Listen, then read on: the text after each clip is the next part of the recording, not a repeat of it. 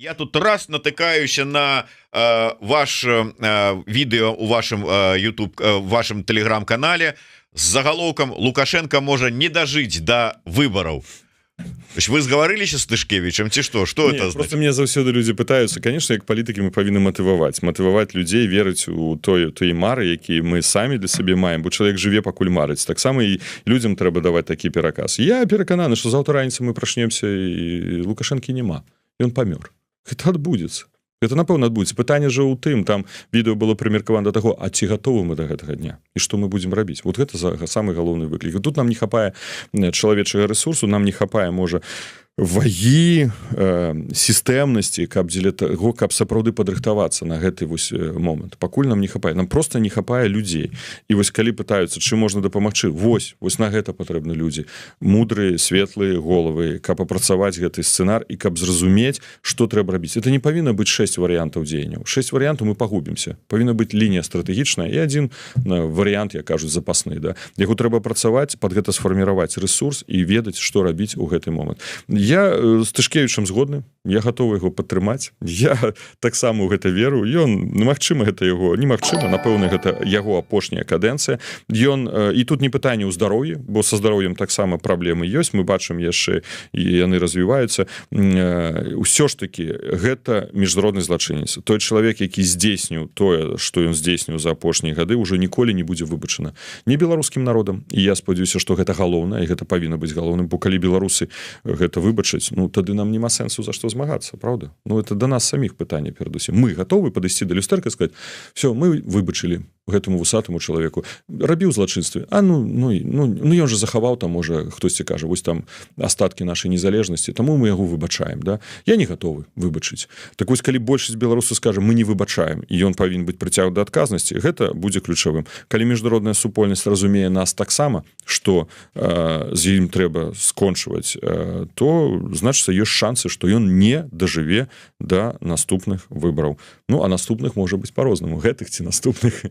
Няхай баіцца, мы моцны, мы мацней, нас большасць, бо мы беларускі народ, а ён хунта некалькіх асобаў і папрыгайчыкі, такія як Рыжынкоў, як Піткевіч, які зараз будуць круціцца, бегаць вакол яго, але не разумеюць аднаго, што іх час таксама прыйдзе. Хаця я лічу, што тут можа быць іншая гісторыя. Той жа Рыжынкоў, як я казаў калісь вам эфіры, ён гуляе ў сваю гульню. Ён ніколі не гуляе пад Лукашэнку.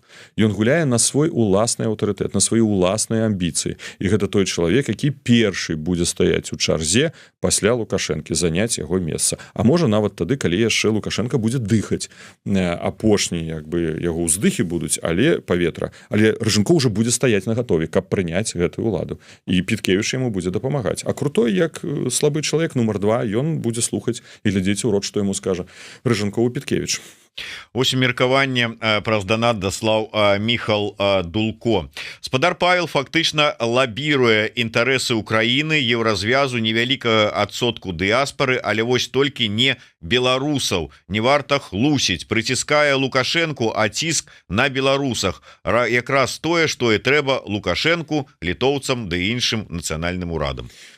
А ў чым ціск на беларусаў? Ну, давайте так. То есть мы готовы хадзіць на канцэрты расійскіх зорак, яшчэ раз скажу, выбачыць Лукашэнку смерці, выбачыць тое, што ідзе гвалт у турмах. Ну, значыцца, у нас з вами розныя палітычныя погляды на унутраную сітуацыю Беларусі. Это не хлусня. Я не хлушу, і вы не хлусіце. У нас просто розныя з вами палітычныя погляды. У вас погляд на тое, што можна пагадзіцца з тым, што Лукашенко там яшчэ можа існаваць, і ціснуць на яго не трэба, адказнасці яму не трэба. А ў мяне іншы погляд, што яго трэба ціснуць, яго трэба знішчаць, сістэму трэба ламаць, трэба разлом рабіць у элітах і таксама прыводзіць да адказнасці. У нас з вами розныя просто палітычныя погляды.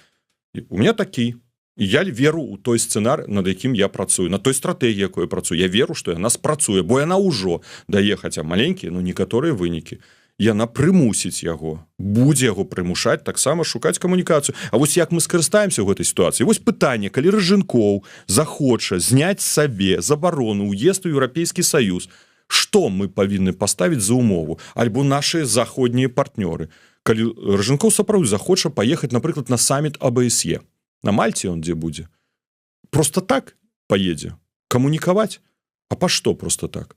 Няхай вызваліць усіх палітычных зняволеных, якія сёння знаходзяцца ў вельмі крытычным стане здароўя. Гэта 250 і больш палітычных зняволеных. Ён можа гэта зрабіць? Ён не, Лукашенко можа, а ён вельмі хоча.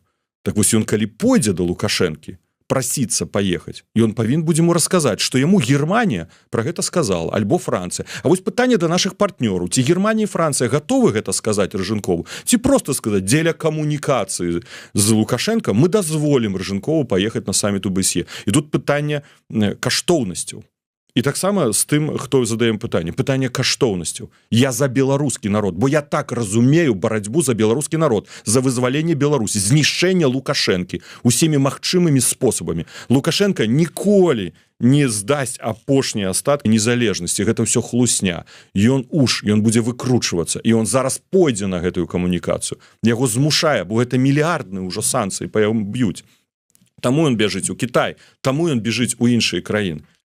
Але Лукашенко, ён же не дурань абсалютны. Ён таксама разумее, што ў абдымкі рускіх ён не хоча ісці. Таму ён шукае зараз рынкі іншыя, паглядзіце, там у Кітай, ездзіць там на Кубу паехал Галоўчынка, у Лацінскую Амерыку. Ён хоча трошки адцягнуць прывязку да Расійскай Федэрацыі. Ён будзе выгібацца, і вось ён уже выгнуты до такога моманту, што ён уже пачаў стукацца ў дзверы Еўрапейскага Саюза. Ён уже пачаў стукацца ў дзверы Украіны. Ён уже кажа, што ваеннымі украінскімі можна дамовіцца. Разумееце, што мы яго так прагнулі, што яму уже выбару няма, і ён пачынае вяртацца трошки назад. Так гэта же і была наша мэта. Дзеля такого, каб ён спыніў ствараць рызыкі Украіне з поўначы на паўночнай мяжы з пункту гледжання украінскай тэрыторыі, каб ён пачаў хаця бы некалькі вызваляць палітычных зняволеных. Ці не з'яўляецца гэта нашай стратэгіяй? З'яўляецца. Ці з'яўляюцца санкцыі тым інструментам, якія змушаюць яго? З'яўляюцца. Абсалютным? Не.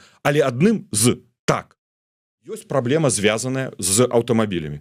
Па-першае, мы ніколі не лабавалі, мы ніколі за гэта не гатавалі, а наадварот, неаднойчы казалі, што гэта не павінна датычыцца грамадзянаў Беларусі. Так вось, у распараджэнні Еўрапейскага Саюза, якое рэгулюе гэтай санкцыі з 29 чэрвеня 2024 года, там быў уведзена магчымасць забароны ўезда прыватным аўтамабілем. Але было выключэнне, пункт 5 гэтых рэгуляцый, падпункт Б, дзе было сказано, што грамадзяне Беларусі, якія маюць сапраўдную візу или сапраўдны дакумент о праве пражывання на тэрыторыі Еўрапейскага Саюза, могуць уязджаць на тэрыторыю Еўрапейскага Саюза прыватнымі аўтамабілямі для уласнага прыватнага выкарыстання. І вось мы зараз звярнуліся да ўсіх урадаў, да Літвы, да Латвіі і да Польшчы, каб менавіта вось гэтую папраўку яны прымянілі. І гэта нацыянальнае рашэнне. Тут няма абавязку з пункту гледжання, што хтосьці кажа, там Латушка лабаваў гарманізацыю санкцый. Так, лабаваў. Але гэта не пытанне гарманізацыі, гэта нацыянальныя ўрады прынялі. Яны маглі не прыняць гэта. Чаму Латвія гэта зрабіла? Я тлумачу, бо міністрка замежных спраў, я тады не ведаў, калі она мне рассказывала, распавяла мне, што Беларусь уязджае 150 000, і што рызыкі, вось менавіта дыверсіі, сабатажа у Латвію вельмі ўзраслі. Яна прывяла прыклады, калі беларус з пастаянным жыхарствам ці часовым жыхарствам у Латвіі спрабаваў увесці зброю у прыватным аўтамабілі. Пазней мы рабілі скриншоты і глядзелі, вось калі ўжо гэта былі ўведзены абмежаванні Латвіі, вырашылі паглядзець, а што на мяжы адбываецца. Шмат было інфармацыі, што ў беларускіх аўтамабілях едуць рускія. Просто рускія пачалі наймаць беларускія аўтамабілі і на беларускіх аўтамабілях ехаць. І Латвія гэта абараніла. Чаму яны ўсе гэта робяць? Таму што ў іх хочуць падпаліць у Вроцлаве гандлёвы цэнтр, таму што ў іх робяць акцыі сабатажа, таму што хтосьці ўвозіць зброю, таму яны абараняюць тут сваю бяспеку. Але гэта не азначае, што мы пагаджаемся з гэтым. Таму усе гэтыя ўрады мы накіравалі гэтую просьбу. І мы прапановваем тое, што зрабіла Польша. Польша просто абавязала, каб толькі грамадзянін Беларусі, як уласнік, мог бы уехаць на аўтамабілі з беларускай рэгістрацыі. І гэта вырашэнне гэтай сітуацыі. Дадаткова мы прапанавалі, каб на мяжы таксама пісалі абавязательства, што прадаць гэты аўтамабіль ён не мае намер. Ну, як такой фармальны дакумент, што ён не для продажу возіць гэты аўтамабіль. І мы з гэтага дамагаемся ад урадаў Літвы і Латвіі. Пачуюць нас, ну, паглядзім, пабачым. Але гэта наш падыход. І мы яго будзем зразумела адстойваць. Таму, вось давайте зараз ацэнім. Вайна, якая ажыццяўляецца, рускія, якія працягваюць забіваць украінцаў, Лукашенко, які працягвае дапамагаць забіваць украінцаў, да? Мы ўсе хочам, каб вайна скончылася, хочам, каб Украіна вярнула сваю тэрыторыю, хочам, значыць, наша стратэгія прыціснуць Лукашенку, каб ён не змог дапамагаць. З іншага боку, мы разумеем, што нельга стварыць з Беларусі паўночную Карею, і гэта таксама наша стратэгія. На жаль, тут партнёры, вырашылі, вось Латвія паўтарыла проста кальку расійскую. Літва заняла такую пасярэднюю пазіцыю, Польша, у прынцыпе, прымальную пазіцыю заняла. Я скажу шчыра, што амбасадары, з якімі мы камунікаваліся ў пятніцу, калі першы раз стала гэта інфармацыя, вядома, яны самі не ведалі, што такі ўводзяцца дакументы. Яны амбасадары гэтых краін. Вось я уяўляю, я амбасадар, я не ведаю, што мая краіна зачыняе праз дзень мяжу для грамадзянаў суседняй краіны. Амбасадары не ведалі. Калі мы паглядзім на гэты санкцыйны пакет, ось я ўзяў статыстыку, проста каб уже не памылецца. Мэбля. Экспорт у Еўрапейскі Саюз з Расійскай Федэрацыі быў забаронены, бо санкцыі былі, а з Беларусі быў магчымы. Таму расійская мэбля, у тым ліку беларуская, конечно, шла на еўрапейскі рынок. І яна даходзіла до 216 мільёнаў долараў США ў год. Бярэм кабель, дрот. Даходзіў до 119 мільёнаў долараў США ў год. Імпорт з Еўрапейскага Саюза ацэньваўся экспертамі, які ўваходзіў праз тэрыторыю Беларусі Еўрапейскі Саюз на 1,5 мільярда долараў США. Напрыклад, станкі абсталявання, якія выкарыстоўваюцца ў тым ліку для вытворчасці ўзбраенняў, на 186 мільёнаў долараў. Машыны, прылады на 173 мільёны долараў. Алмазы, які хаб стварыў Лукашенко, калі расійскія алмазы з 2021 года по 2023 год імпорт з Расіі ў Беларусь вырас у 10 разоў. І, адпаведна, экспорт вырас у Еўрапейскі Саюз. Значыцца, просто рускія алмазы, золата заходзяць у Беларусь і пазней прадаюцца. Паглядзіце, што адбываецца з СФПС. Гэта сістэма, якую мы таксама лабавалі ўвядзення санкцый, гэта забеспячэнне фінансавых транзакцый, усё што звязана з ваеннымі справамі, з пастаўкай ваеннага абсталявання, падвойных тэхналогій. Калі мы дабіліся, што транзіт праз Беларусь немагчымы ваеннага абсталявання альбо падвойнага абсталявання, калі раней мы ж ведалі гэту гісторыю, тавар нібы ішоў у Грузію, а растамажваўся ў Чэлябінску. Альбо, наадварот, заставаўся на тэрыторыі Беларусі, а пазней ужо шоў іншым шляхам з Беларусі ў Расійскую Федэрацыю.